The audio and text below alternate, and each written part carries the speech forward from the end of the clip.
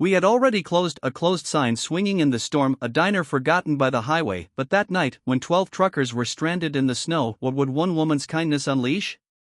Grace Whittaker opened her doors, no questions, no promises. She served the last pot of coffee, the last scraps of bread, as if kindness itself could keep the cold at bay. 2 days later, the rumble of engines returned, not for food, but for her. How would this act echo louder than the storm? Welcome to Graceful Valor. Stories, where tales of compassion and kindness are told. Let's uncover what really happened. The storm had swallowed the highway long before I rolled into town. Snow came in sideways sheets, pounding against my windshield like it had a score to settle. Route 66 was nothing but a ghost under that much ice. Every mile marker blurred out of sight, every gas station dark, every truck stop empty, except one, Whittaker's Diner. You couldn't miss it even if you wanted to. A squat, stubborn little building. Its neon sign flickered against the storm like a tired lighthouse, the kind of place you'd drive past 1,000 times without noticing until you really needed it. That night, we needed it. I wasn't alone. A convoy of 12 rigs, all stranded by the shutdown 15 miles back, crawled off the road, following instinct more than direction. The highway was gone, the world beyond our headlights didn't exist, but that glow in the snow, that was hope. When I pushed open the diner door, the bell above me jingled, sharp and defiant against the howling wind. Inside it was small and quiet, almost too quiet. Behind the counter stood Grace Whittaker. She wasn't young, but she wasn't old either, just worn, like the diner itself, hair pulled back, sleeves rolled up, apron dusted with flowers she hadn't bothered to brush off. Her eyes flickered up at me, sharp, but tired. No words yet, just a look, measuring, calculating. Across the room in the farthest corner sat Henry Whittaker, a man built by the road. You could see it in the way his hands gripped the arms of his wheelchair, the faded denim jacket, the ball cap pulled low. He was a statue staring out the window, as if watching for a world that had left him behind. I didn't know then, but folks used to call him CB King. That night, he didn't look like a king, he looked like a man slowly disappearing. Evening, I said, voice rough from the cold, any chance you're still serving? Grace's eyes flicked to the clock behind her. It's 7:46 p.m., past closing. Behind me, the storm rattled the glass. Impatient, I saw the shelves bare, the coffee pot spitting out its last tired breath. This place was hanging on by threads, but still. She nodded. Come on and warm yourself up. The words were plain, but I felt them, like she was handing me something more than a seat. I wasn't even halfway to the counter when the door jingled again. Another driver stumbled in, then another. Faces I'd seen inside mirrors, heard on CB chatter, but didn't really know. 12 of us, all told, soaking wet, frozen stiff, looking for somewhere to wait out the dark. Grace didn't flinch, she didn't sigh, she just motioned toward the tables. Take a seat, gentlemen. No fuss, no questions. But I saw the flicker of worry in her eyes when she glanced back at the kitchen. That's when Noah Garrett appeared. A young kid, maybe 20, leaned against the doorframe, towel slung over his shoulder. He gave Grace a look I knew too well, a quiet ask, what now? Grace's jaw tightened. I'll never forget what she said next. Use what we've got. No one sleeps cold tonight. Simple words, but they hit like a hammer. The diner sprang to life, plates clattered, coffee brewed again, thin, bitter, but hot. The air filled with the sound of boots stomping out the cold, rough laughter cutting through the storm's roar. Stories traded like old dollar bills. It didn't matter that the pantry was near empty. Didn't matter that tomorrow's supplies were vanishing tonight, for a few hours. None of that mattered. Even Henry stirred, his wheelchair creaked as he rolled forward, drawn out of the shadows by the current of voices. A few of the old-timers recognized him, not by name, not yet, but by the way he carried himself, like the road was still there under his wheels. From where I sat, I watched it unfold. Grace moved between tables with steady hands. Noah scrambled to stretch every last scrap of food into something that filled a plate. In us, we were alive again, not in a grand way, just alive. It was Grace's choice that made it so. I've thought a lot about choices since that night. The easy choice would have been to lock the door, to flip the closed sign, to keep what little was left for herself, for Henry. Lord knows they needed it, but she didn't. And as the snow piled higher against the windows, as the neon sign outside flickered like a heartbeat, I realized something. This wasn't just about a meal, it was about dignity. It was about the kind of quiet courage that doesn't shout to be seen. Henry hadn't said a word to anyone yet, but I caught him watching Grace, the way his fingers traced the grain of the counter, the way his mouth pulled just a little at the corners, like a man remembering who he used to be, and somewhere deep in her chest, you could tell Grace was wondering the same thing. Could anything good survive a winter like this? She didn't have the answer then, but 2 days later, when the ground itself would tremble with the response, we'd all know. That night in a diner no one noticed anymore. A battle was fought, not with noise, not with fanfare, but with open doors, with a pot of cold coffee warmed again, with a woman who said simply, no one sleeps cold tonight, and she meant it. What would this kindness spark next?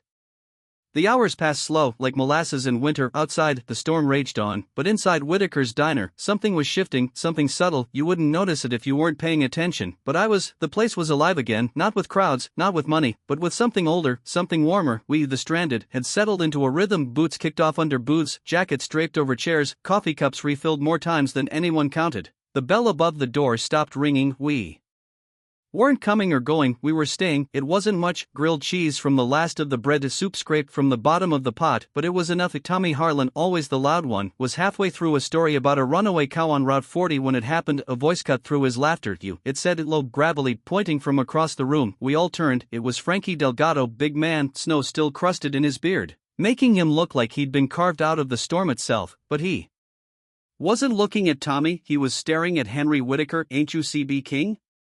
The room stilled. Henry, caught mid-sip of his coffee, froze, his fingers curled tighter around the chipped mug. Grace paused too, the rag in her hands hanging limp for a heartbeat. No one spoke, then Frankie laughed, a deep rolling sound that seemed to shake the icicles right off the windows. I knew it, thought I recognized you. You got me through Ron Pass back in that nightmare of '98. Radio was dead, roads were worse, but there you worked crackling through the static, told me to hang tight. Mile marker 142, I'm coming for you, you said. His grin widened, and you did. A murmur rippled through the diner. Another voice chimed in. Black ice outside Kansas. Remember CB King talked me through 6 hours of hell. Then another, you patched me, and when my rig's antenna snapped clean off, got me home that night. To story after story spilled out, not shouted, not boasted, just shared. Like trading well-worn bills, each tale passed with the quiet reverence of folks who knew what it meant to be out there alone and to have someone answer back. All the while, Henry sat still, but something in his posture changed. Slowly, his back straightened, his chin lifted, his hands relaxed their grip. A small, hesitant smile tugged at the corner of his mouth, not wide, not forced, the kind of smile that creeps up when a man remembers who he was. You boys sure have better memories than I do, Henry said, his voice rough, but warm. Laughter bloomed, not loud, not raucous, but real. For the first time that night, Grace didn't look tired, she looked proud. I leaned back in my seat, taking it all in the corner of a near-empty diner. Beneath the hum of tired heaters, a piece of history was unfolding, not the kind that makes headlines, but the kind that stays with you long after the coffee's gone cold. Henry Whitaker wasn't CB King because of some medal or a patch on his jacket, he was CB King because when the road swallowed you whole, his voice reminded you to keep going, and now here he was among us, not as a legend, but as one of our own. The storm howled louder outside, rattling the windows as if angry it had been forgotten. As if on cue, a sudden shudder shook the diner. The heater groaned once, then silence. The cold rushed in immediately. It was like a living thing, creeping along the floor, seeping into bones already worn thin. Tommy was up in an instant, stomping toward the back. I'll check the furnace, no, said Frankie, rising too. Let me, I've patched up worse. Grace didn't argue, she just grabbed the coffee pot and poured. Even as her breath began to fog in the air, we all bundled tighter. The laughter didn't stop, though. If anything, it got louder, warmer, like we were daring the storm to try harder. But the truth was, things were bad. I saw it in Grace's hands, how they lingered over the register, the empty shelves, the last loaf of bread sitting by the kitchen window, the kind of quiet panic you don't voice out loud. The food was nearly gone. The warmth was already fading, but no one left, because this wasn't just a place to eat anymore. It was shelter from the cold, from the silence of the road, from being forgotten. Noah Garrett emerged from the kitchen, sleeves rolled up, cheeks flushed from the heat of effort. We're out of eggs, Mrs. Whitaker. Bread's down to scraps. Grace didn't flinch, started slicing hamburger buns. Toast them, they'll do. Noah nodded, no hesitation. That's what I understood. This wasn't a business transaction. This was a debt being repaid, not in dollars, in dignity, the kind you earn when no one's watching. Frankie returned, wiping grease-streaked hands on his jeans. Patched it up best I could. Won't last forever, but she'll hold for now. A quiet cheer rose around the diner, not a victory, but a reprieve. Henry, still seated, gave Frankie a nod, a man's thanks, no words needed. Grace caught my eye, then for a split second her mask slipped. The weight of it all, the storm, the bills, the future clawing at her doorstep showed in the slump of her shoulders, but only for a moment. Then she straightened. Anyone want seconds on that thin coffee? She asked, lifting the pot like a banner. We laughed, because that's what you do when the storm is louder than you can bear, you drown it out with each other. I watched Henry roll himself back into the fold of the conversation. His stories were simple: sunsets on the desert highway, CB handles from men long retired, the hush of a foggy morning run. But the way he told them, you felt it, you felt the miles under his words, and for a few precious hours, the cold outside didn't exist. Grace kept moving, filling cups, wiping counters. Noah hustled between tables with plates of whatever they could cobble together, and us, we weren't customers, we were crew. In that tiny, flickering diner, stranded by ice and fate, we remembered what it meant to belong. That night, the Whitakers didn't save 12 stranded truckers, we saved each other, with coffee, with stories, with stubborn, bone-deep kindness. And in the corner beneath the faded neon glow, CB King smiled. Because sometimes a voice that once saved others just needs someone to answer back. What would happen when the storm cleared? 2 days later, the storm had passed, the roads were clear now, salt trucks had done their work, tire tracks carved fresh paths where snowdrifts once ruled, but at Whitaker's diner, the silence remained. It wasn't the peaceful kind, it was the kind that echoed. Grace moved like she always did to steady, methodical, wiping counters that didn't need wiping, refilling a coffee pot that no one was drinking. Her apron was clean now, too clean outside. A bitter wind tugged at the edges of a for sale sign, leaning awkwardly against the fence. It wasn't new, the paint had started to chip, but seeing it there now, after what we'd shared, hit different. Henry sat by the window as he often did, his hands rested flat on the table, palms down, as if holding the world in place, but his eyes, they didn't look out anymore, they looked through. The night of the storm felt like a dream now, one of those bright, burning moments you think will change everything, until morning reminds you that bills don't care about kindness. I was passing through town that morning, my rot didn't call for it. Truth is, I had no reason to look back past that diner, but something wouldn't let me drive by. I slowed as I reached the lot, empty, no rigs, no laughter, just the building standing stubborn against the Oklahoma wind. I wondered what hurt more for Henry Whitaker, the silence of the road outside, or the quiet inside his own walls. That's when I heard it, a low rumble, faint at first, like distant thunder, but steady, growing. I looked up, and then they came, one truck, then another, and another. Within minutes, the diner's lot was filling. Chrome gleamed under the pale winter sun, trailers lined up like sentinels, the air filled with the hiss of air brakes, the crunch of tires over packed snow. It wasn't random, it was deliberate, a convoy, homebound. The front door swung open, Tommy Harlan stepped through first, his grin wide, his hands shoved into the pockets of his Carhartt jacket, snow clung to his boots. But he walked like he owned the place. Hope you got more coffee ready, Grace, he called. Behind him, they poured in, men and women both, some I knew from the road, some I'd never met, a few with kids tugging at their hands, their eyes wide with curiosity. Grace stood frozen behind the counter. Noah emerged from the kitchen, wiping his hands on a rag, his mouth falling open. Tommy reached into his jacket and pulled out a thick, worn envelope. He set it gently on the counter between them. We passed the hat around. He said, truckers, dispatchers, a few old-timers from the CB days, even some folks who've never been inside this place, but know what it means. He slid the envelope closer. It's enough, he added, his voice softening, enough to clear the bank, keep the lights on, start over if you wanted. Grace didn't move right away, her fingers brushed the envelope slowly, like it might vanish if she touched it too quickly. She opened it with care, bills, checks, folded notes, hope stacked thick. She didn't cry, not yet. Before she could speak, another figure approached, Frankie Delgado. He carried something cradled in his hands, like it was fragile. It was a CB microphone, old, scuffed, the chrome dulled by years of use, but still whole. He set it on the counter beside the envelope. I think this belongs to you, he said simply. Henry's wheelchair creaked as he turned. For a long moment, he just stared at it, then slowly, his hand reached out, fingers rough and worn, brushed over the mic, a breath hitched in his chest, a memory you could see. Frankie's voice was softer now. You gave this to me when mine fried out in the middle of a Montana whiteout. Said it was alone. I figured it's time it came home. The room held its breath. Henry's throat worked, but no words came. Grace's hand covered his, grounding him. Tommy slapped the counter, breaking the spell with a grin. Words out, Grace. Every driver from here to the Rockies knows about Whitakers now. You're not getting rid of us that easy. Laughter rolled through the diner, real, full-throated, the kind that makes you stand taller just hearing it.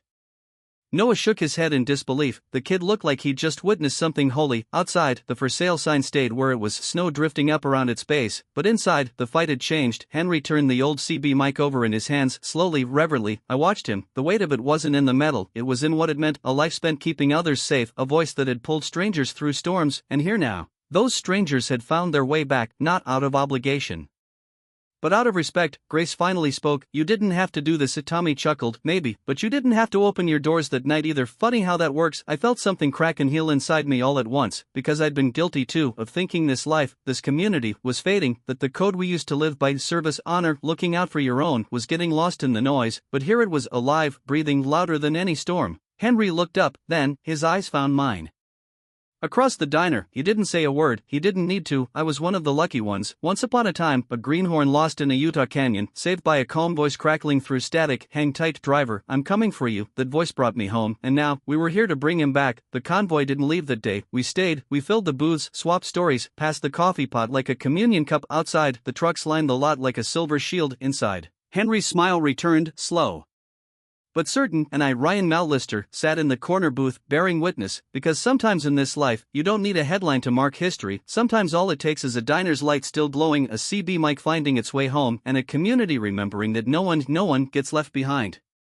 1 year later, the hum of diesel engines had become a welcome sound once again. Mornings at Whitaker's Diner started early now, long before the sun burned off the Oklahoma mist. Rigs lined up like old friends along the lot, their chrome caught the light, turning the parking area into a river of gleam and grit. Inside, the air smelled of bacon, fresh coffee, and something else, belonging. The diner hadn't changed much, same cracked booths, same neon sign buzzing stubbornly above the window, but it was alive.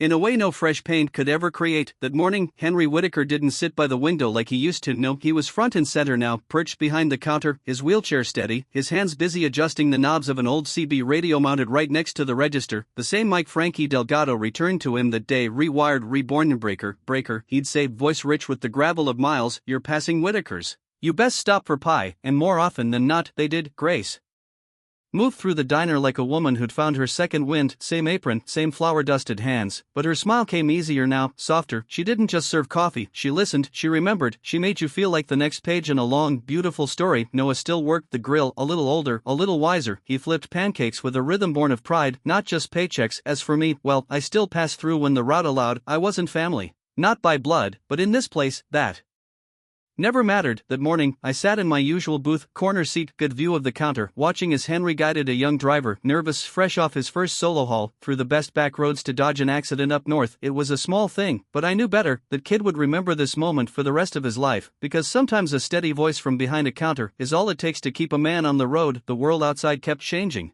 New highways carved through old towns, bigger truck stops with shinier signs popped up like weeds, but places like Whitaker's, they don't survive on foot traffic, they survive on heart. One cup of coffee at a time, one story passed across a cracked Formica table, one act of quiet kindness repeated and remembered. I leaned back, watching it all unfold, and thought back to that night, the night of the storm, the night when the road seemed to forget us, but Grace and Henry didn't. 12 truckers, frozen, hungry, beaten by weather and weariness, and a woman who opened her door anyway. She didn't know that small choice would ripple outward, didn't know it would bring us back, didn't know it would save more than her diner. It saved the connection we thought we'd lost out on the highway. Everything moves fast, you haul, you deliver, you go, but places like this remind you to pause, to remember, and when you do, you realize that kindness isn't about grand gestures. It's in the way Henry passed a microphone back across generations. It's in the way Grace poured coffee for strangers without expecting thanks. It's in the old CB handle. CB King still carried weight, even when the man behind it thought he'd been forgotten. I took a sip of my coffee, let the warmth settle. Outside, the lot filled with more rigs. Some I recognized, some I didn't. It didn't matter, they were home. Grace passed my table, pausing with that familiar smile. Good to see you, Ryan. You staying for pie?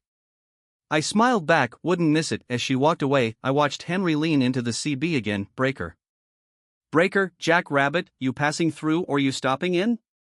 A crackle of laughter came through the speakers. Wouldn't dare miss my spot. CB King. Henry's grin said it all. In that moment, I understood something simple. The voice doesn't have to be loud to lead. Sometimes the voices that save you come through static, through small speakers and small diners, through people who open doors when no one else does. Grace never made speeches, she never asked for recognition, she just chose, on the coldest night, to see us, and we in turn remembered. That's the thing about this life. Highways will shift, maps will redraw themselves, but gratitude stays. It anchors you, it brings you back. I looked around Whitaker's diner, at the faces, young, old, seasoned, new, at Henry, smiling at a world that had finally remembered to smile back, at Grace, wiping her hands on that same apron, moving with a purpose no highway bypass could steal. And I thought, some storms don't destroy, they reveal, they show you who's still standing when the snow clears. They show you which doors stay open. They remind you that no matter how far the road stretches, there's always a place, always a person, who'll call you home. And sometimes it all begins with a simple act, a cup of coffee, a plate of grilled cheese, a choice to light up a diner when the world outside is dark. That's Whitaker's legacy, that's our legacy. There's a saying among truckers, no one rides alone. That night a year ago, I saw what that really meant, and every time I roll past this place I remember, because there are voices, steady, quiet voices, that lead you through storms, that bring you home, even if all you can hear is static, even if all you can see is snow, because sometimes all it takes is a door left open on the coldest night. And that's how a diner didn't die, that's how a community didn't forget, that's how a name, CB King, kept on leading the way, one story at a time, one truck at a time, one family at a time. In our darkest moments, kindness still finds a way. Often in the quietest places. Not everyone who helps wants recognition, some just need to know that today someone isn't going hungry, and sometimes that alone is enough to change a life. You may forget the story, but if no one retells it, history stays silent forever. Subscribe to Graceful Valor Stories, where justice is honored, kindness is remembered, and no act of quiet heroism is ever lost.